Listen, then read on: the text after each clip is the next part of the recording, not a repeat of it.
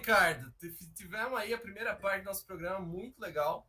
E já estamos aqui com o nosso convidado para a segunda parte, que eu já vou adicionar aqui. Aqui está o vereador Marcos Papa.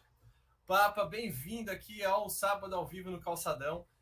E já vamos continuar o assunto, porque a gente estava falando com o Lucas justamente sobre a questão do patrimônio cultural, mas a gente falou sobre a lei de uso e ocupação de solos, porque tinha uma questão cultural envolvida na lei de uso e ocupação. E agora vamos falar com você, só que num outro viés. Agora a gente vai falar do meio ambiente, né? Porque a lei de uso e ocupação de solos, ela foi aprovada no dia 9, né? No dia 9, na semana passada. Com 4 votos contrários, que foi o seu, o da Duda, do Ramon e o do França. E a Judete não pôde votar, porque estava afastada.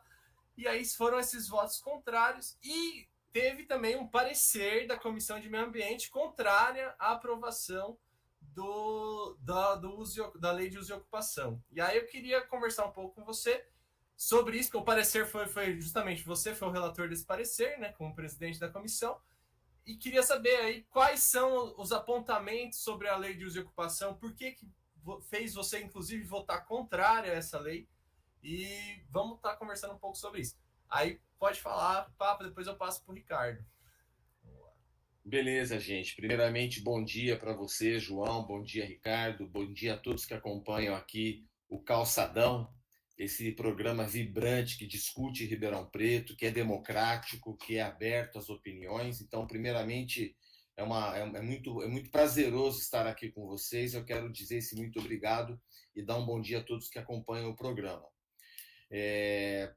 O Ricardo vai fazer uma saudação ou eu já começo a falar do parecer? Pode falar, Papo. Só queria te agradecer. A gente que agradece a sua presença e aqui é realmente assim mesmo. A gente pode discordar politicamente de muita coisa, mas a democracia é algo que a gente preserve muito. Você e a gente aqui no Calçadão, e nós estamos nesses tempos de preservar a democracia, Papo. Obrigado pela sua presença. Maravilha, que bom, né? Porque dentro do campo democrático é evidente que a gente vai discordar. A gente não concorda 100% nem dentro de casa, então, mas a gente está aqui no campo democrático, na nossa democracia ainda jovem, que necessita de ação, de aperfeiçoamento, da sociedade pautando o mundo político, pautando o mundo da administração pública, levando o que conhece, o saber da sociedade para o poder público. O Brasil, durante a ditadura militar, ele cresceu muito economicamente, né? Houve um crescimento econômico, mas a gente não podia falar de política, né? Foram 25 anos que disseram para nós, não fale de política, e se alguém fala de política perto de você, some, porque senão eles te prendem, te matam, te torturam, te expulsam, né? Então, ver uma sociedade que um país estava se agigantando, mas essa sociedade não aprendeu, né, a conversar com o poder, era impedida de conversar com o poder. Um exemplo recentíssimo do que foi isso, gente, a notícia dessa semana, né, que o governo precisou incinerar, jogou fora 39 milhões de doses da vacina para a Covid. E vocês vão se lembrar que a primeira decisão que o general Pazuello tomou na época, a primeira decisão que eles tomaram foi parar de dizer o boletim diário, de se comunicar com a sociedade. Então a sociedade não tinha mais um comunicado oficial.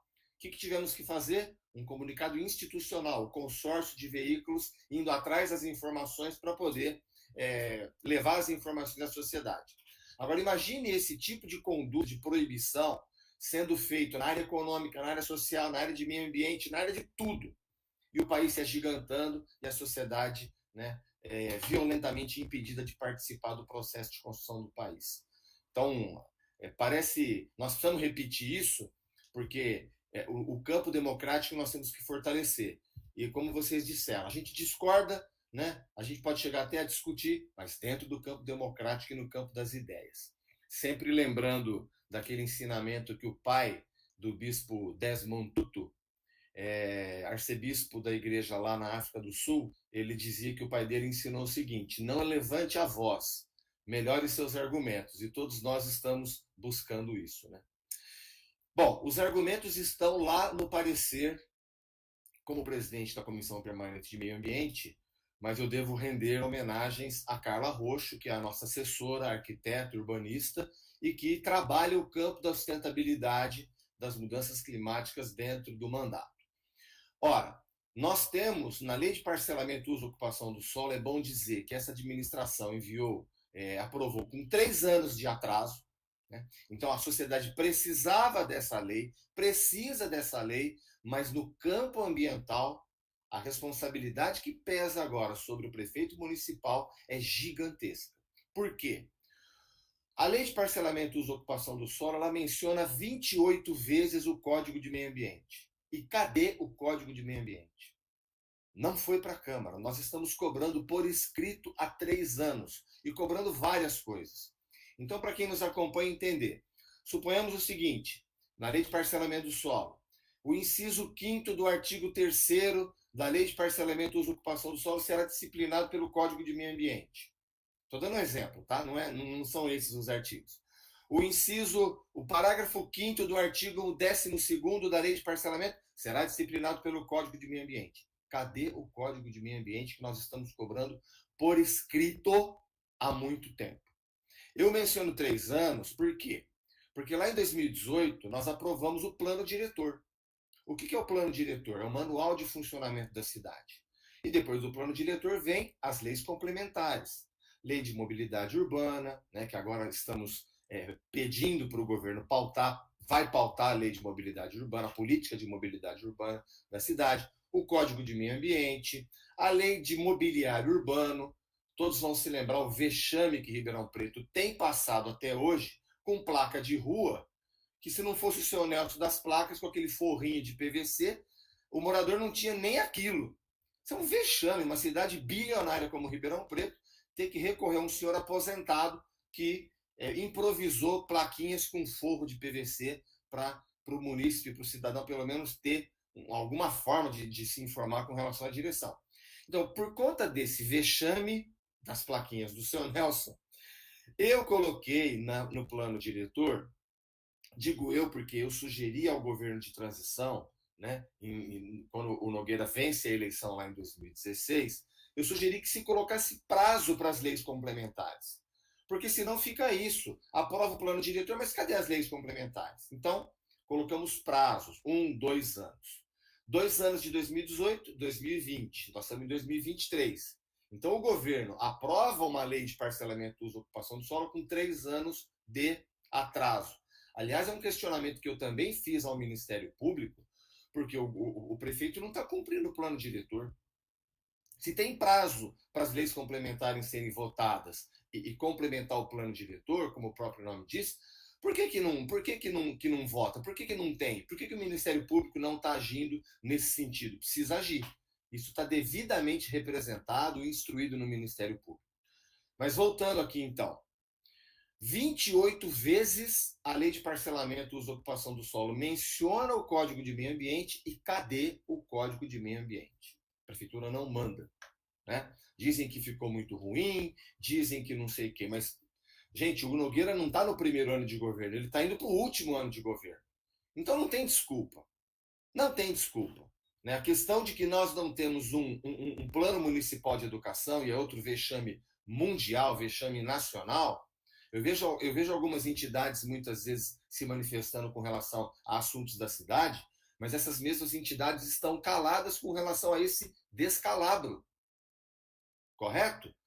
Se nós não tivermos educação pública de qualidade para todo mundo, para todos, esse país não vai avançar. A educação é primordial. Ela promove o ser humano, ela oferece condições de que as pessoas partam para o mercado de trabalho com a possibilidade de ter estudado. Então, essa segregação, esse apartheid social que nós vivemos no Brasil, ele subsiste por força da questão da educação, nós sabemos isso. Então, se tem 28 menções, essa lei de parcelamento foi votada no escuro, tá? Então, tudo isso está documentado, muito bem documentado, essas cobranças, né? Por exemplo, uma coisa que nós cobramos por escrito.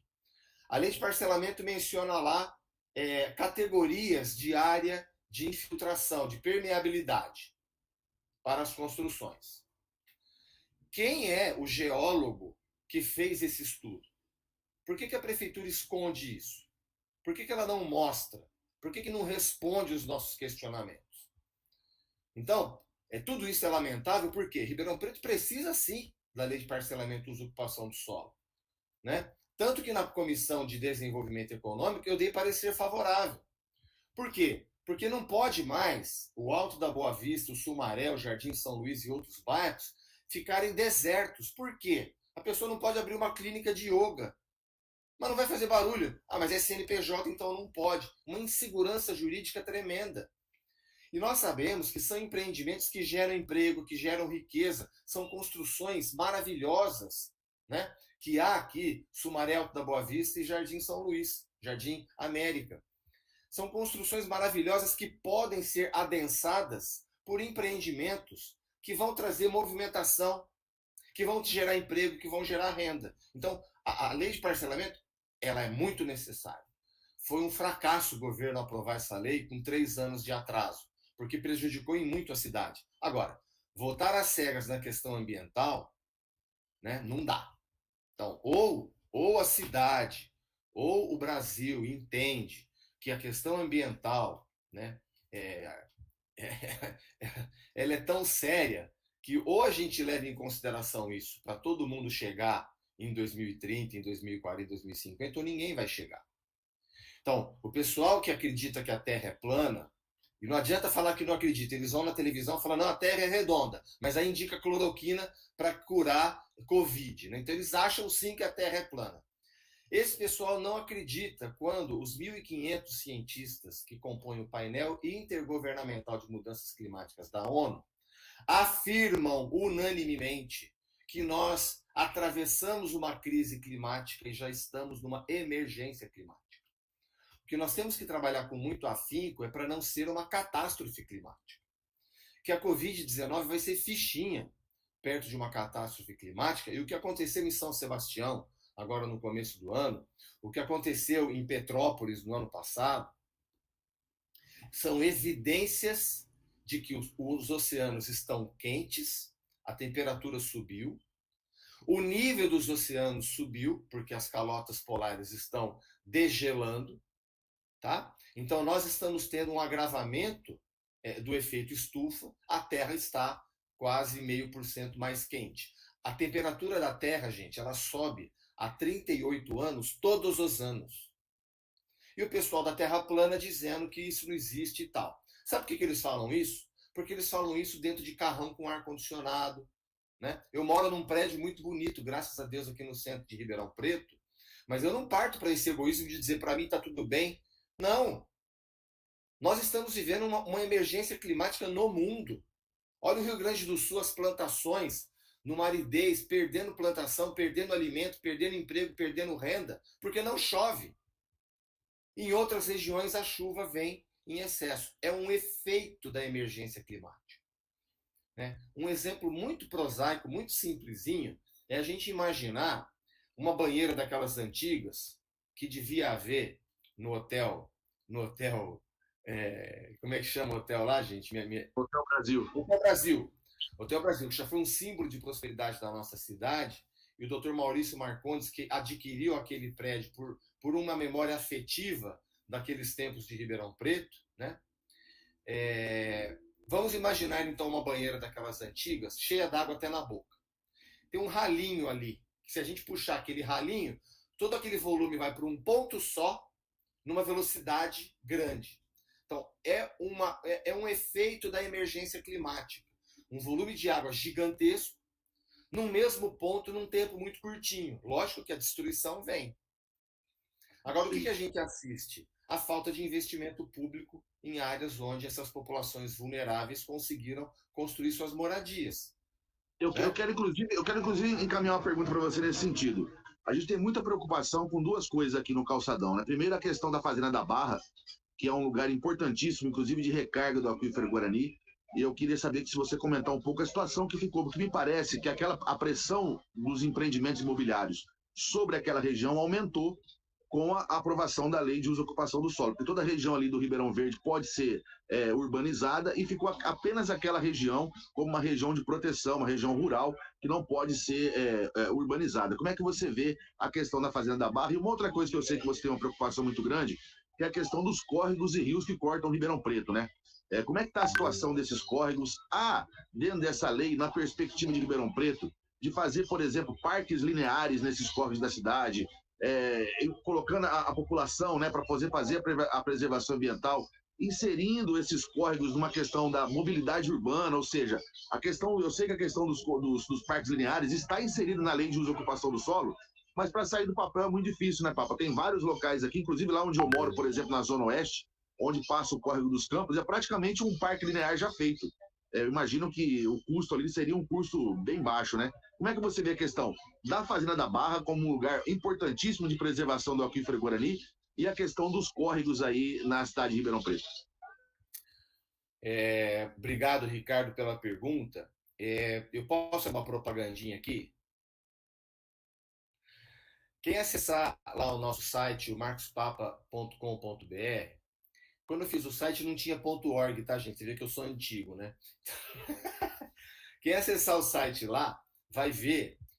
A Carla Rocha, ela fez, usando o Google Maps, ela fez o mapeamento de todos os cursos d'água de Ribeirão Preto e de todas as nascentes. Está disponível lá para a gente navegar e curtir os nossos, olhar os nossos cursos d'água em Ribeirão Preto.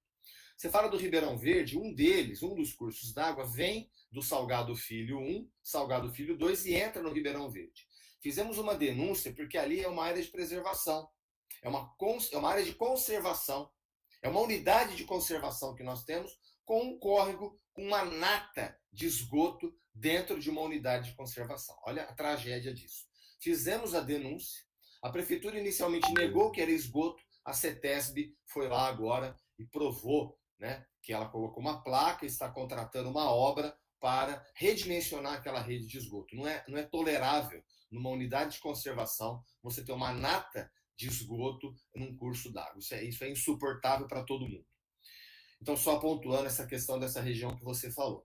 A Fazenda da Barra, eu tenho uma novidade muito boa. Eu tive uma reunião ontem, sexta-feira, né, aqui em Ribeirão Preto, com o Tirso Meirelles, que foi presidente estadual do SEBRAE, e que tem uma ligação muito forte com a Embrapa. A Embrapa aqui de São Carlos desenvolveu uma tecnologia fantástica para as fossas. Então, nós estamos costurando esse encontro. Eu já estive em São Carlos, mas a cidade vai gritando tantas urgências na questão do transporte público que nos toma, infelizmente, né, um fracasso dessa administração, que flagela a população que mais precisa. Só um detalhezinho aqui na questão do transporte público. Quando a gente faz um recorte de gênero e raça nos usuários do transporte público, nós vamos encontrar a mulher negra como a maior usuária.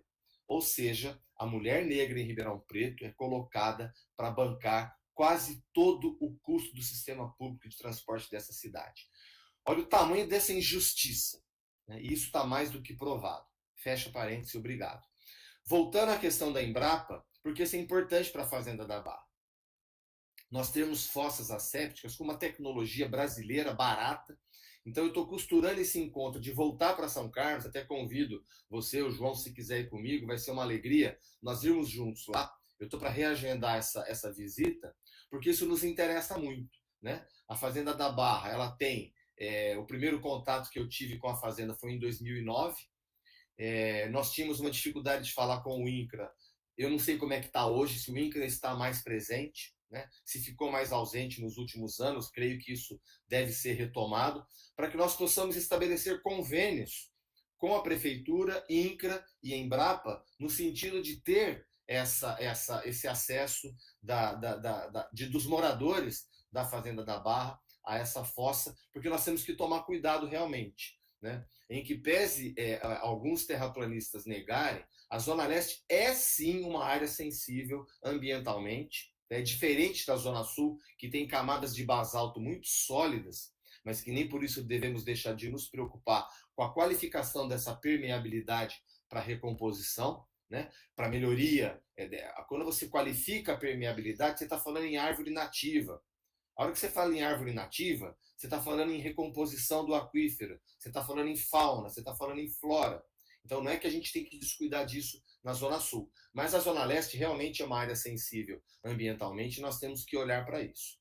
Então, olhar para a questão da Fazenda da Barra diz respeito a todos nós, porque são seres humanos que residem ali e que precisam de qualidade de vida, como todos nós. Eu estou cuidando disso, né? Então, na questão ambiental, o voto não, porque interferiria também ali naquela fazenda, mas essa questão das fossas me chama muito a atenção. Eu fiquei muito feliz que o Tirso recebeu com muita...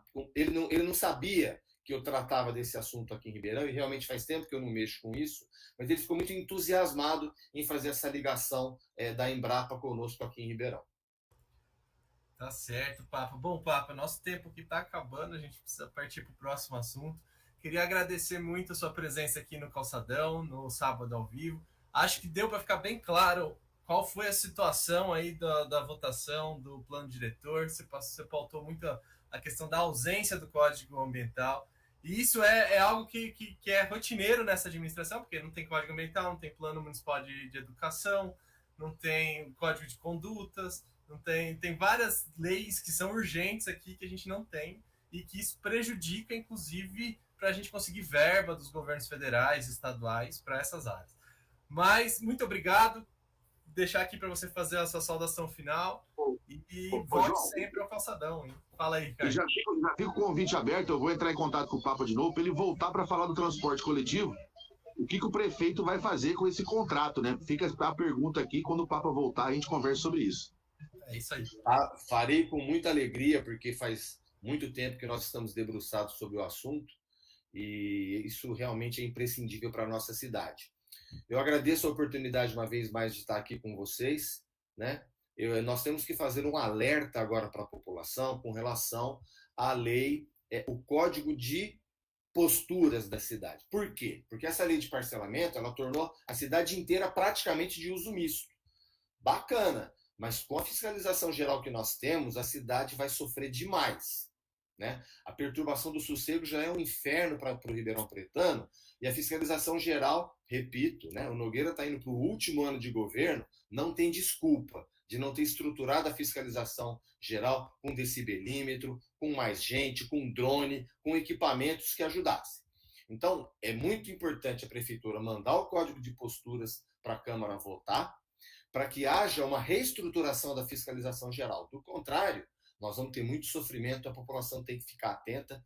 Obrigado, gente. Volto aqui para falar do transporte público no momento que vocês chamarem, porque isso é imprescindível para a nossa cidade. Forte abraço para todo mundo, bom final de semana. Maravilha, Pá, para você também. Abraço, obrigado pela presença. Valeu.